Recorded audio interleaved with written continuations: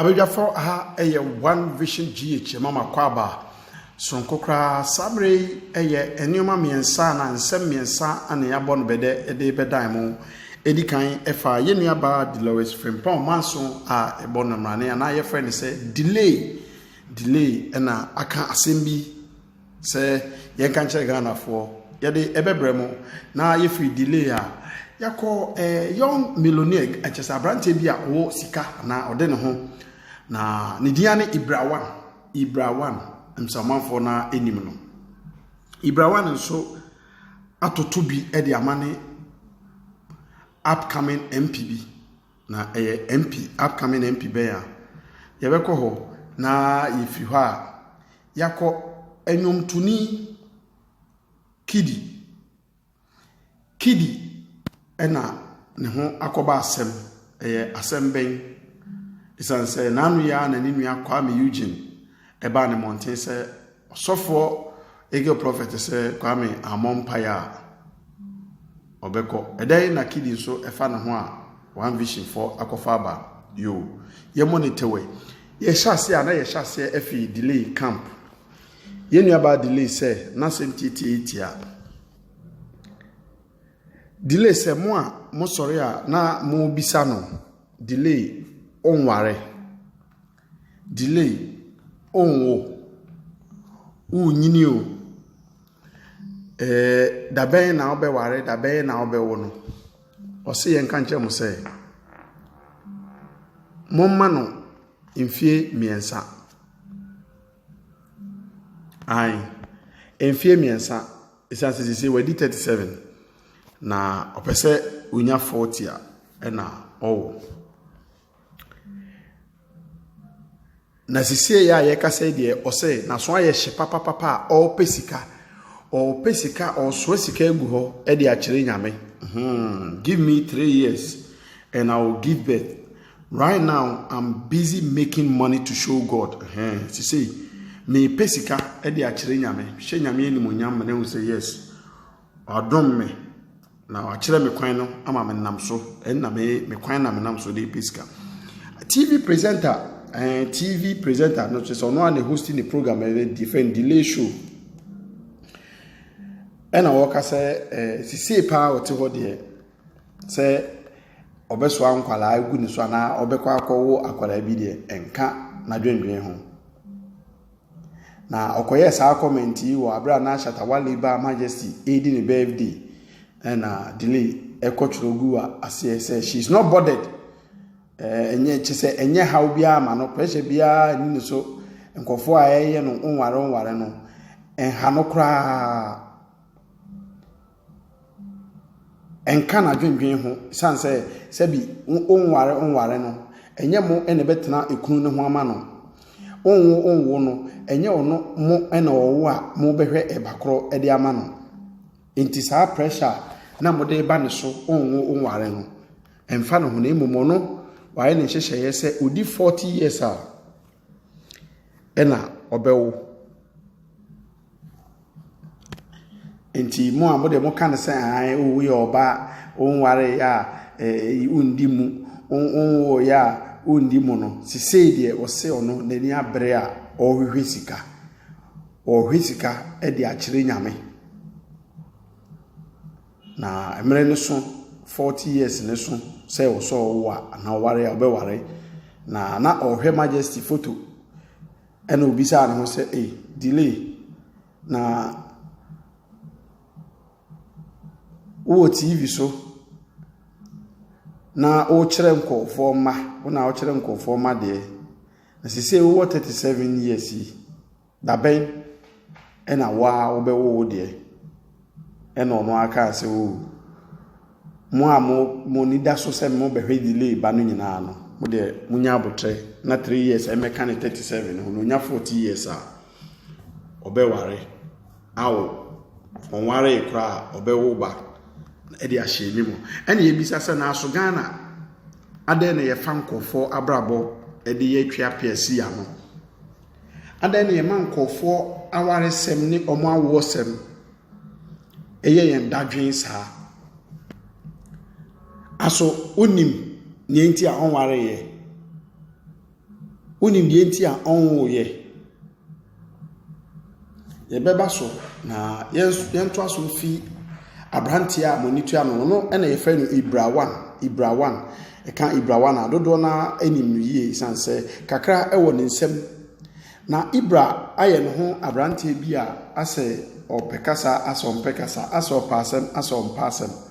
ono ena wakata nani akeka bi atomfuturo ede egu John Dumelo ho se adenti onti asempo se John Dumelo aboni trimu po se obe politics. Ibra wo krom ha asem bia ode ne ho ebetwitwi mu bi emra namwa ne men's good sesem eboboye ade chibia no na Ibra atworo bibi ade be chibia na Ibra atworo bibi ene waka mode akodu John Dumelo so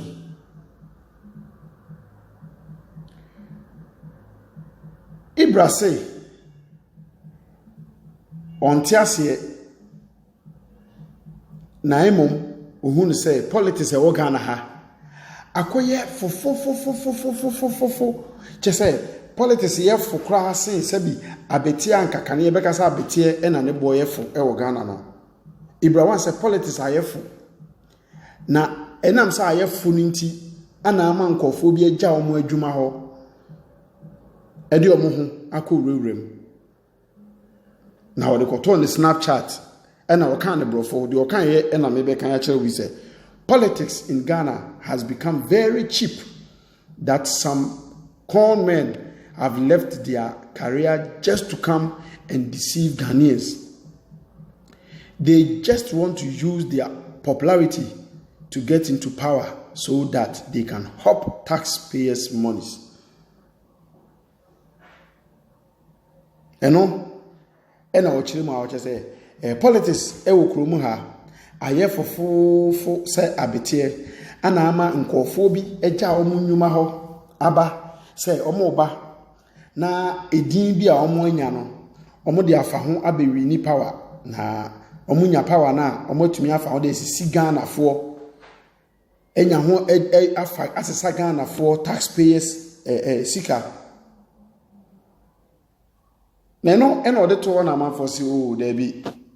se wo kan ni sei se nkofo bi agya omadwuma to ho e de omo popularity e be pe vote ma e de abewia Ghana for dia straight away John Dumelo na wo kan asemi John Dumelo na wo kan asemi na ibisa Ibra se Ibra John waye wo den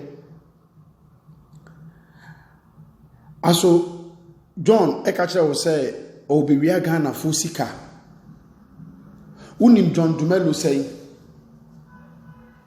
ana kroma say politics obi ade ne hu rap politics mu a na kire say eye krono e na opese ogbo ana oni Ibra e adwen ana oni ne nya adwen ye no comment tro fato ho ofi say asem ya wakan a woka direct de kire John Dumelo no ese fata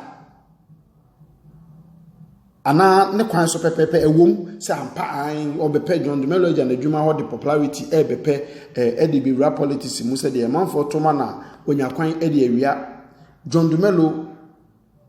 oyobi a sebi e wo se yegu ne ho fisa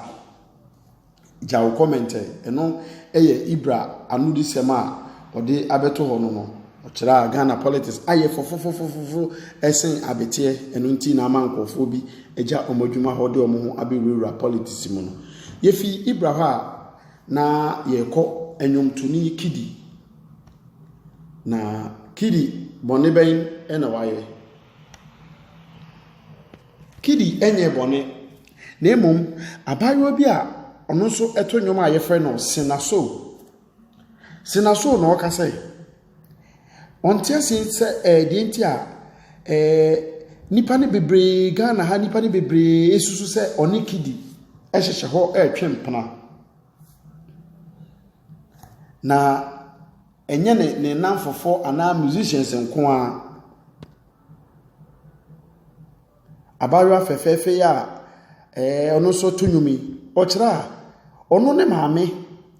eni kidi maame nyina esusu se omo mienu no omo twempena bi ena omo de asie saa awofo yi na saa nsem we nyina ba mountain wa brada kidi movie bi a no watu ni din se sugar eba mountain ni ehu se sinaso eni kidi say ye proper kiss say ye movie kiss ehu se emfiano bi akoso wo movie nim eno ena ba mountain a manfo hu no se ene na nkofo yi omo hyehye ho aye hu ahyemu a na se na e confirm say ne maame ene kidi maame nyina no esusu e de asie se omo mienu na atwempena na omo de ate awofo yi na ono de ose a se saa na manfo ka ono de oye okay with the obia e kan bia na emom ne esena so e kan se we nyina e yerodo rather sem na kidi no enye ene na onim kidi free ne mofra brem omo nim omo ho free omo mofra brem eno nti se de omo nim omo ho no ene ma saa movie ni mu na omo tumi eben ho se adofo esanse na omo nya hoho kra omo nim omo ho ache enti se nkofo hu se bi omo aye kiss ni adimpa na je se enamfo anyonkofo a ewo omo ntamfi omo mofra brem besi saa mre no enne ma no ye easy ma omo se omo betumi play that role no enti enye ti se de amanfo no ehu no mountain no na se impo se bibi saa ekoso a omo betumi de aba mountain ma amanfo ehu